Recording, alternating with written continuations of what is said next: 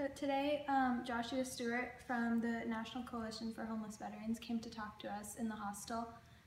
He's a graduate of Gettysburg College in 2011, and he is the director of policy there. He's one of only 8 employees, and what he does is he mostly keeps Congress informed on issues of homelessness within the veteran community, so that they can get funding for their projects and different things that they do to help the veterans. And they also keep about 2,100 organizations connected around the country who help those people.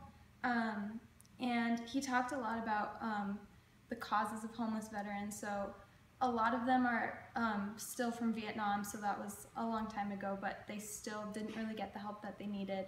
And a lot of them are also young women that just came back from Iraq. And 45% of them have some kind of mental issue, and a lot of them don't really have any support from family or medical care.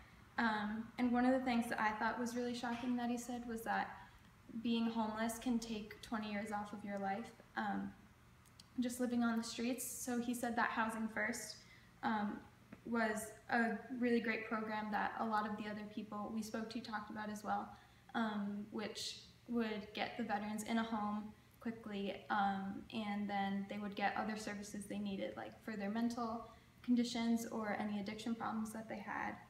And he also talked about the 5-year plan, which he seemed very excited about, which was just basically a plan that in 5 years they'd get all veterans off the street, and so far they've gotten 43%, which is a fairly good number, and obviously not all of them, but it's good progress. And I think the main takeaway from this was that it was just a little different from what we've been talking about, because it was more focused on the political processes instead of like direct homeless people contact. And it's important to keep Congress informed on information that they need to know in order to provide funding.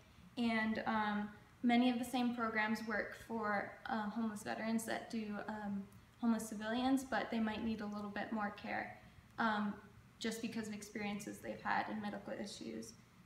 But overall, it was a really interesting talk, and I'm glad that he came to talk to us.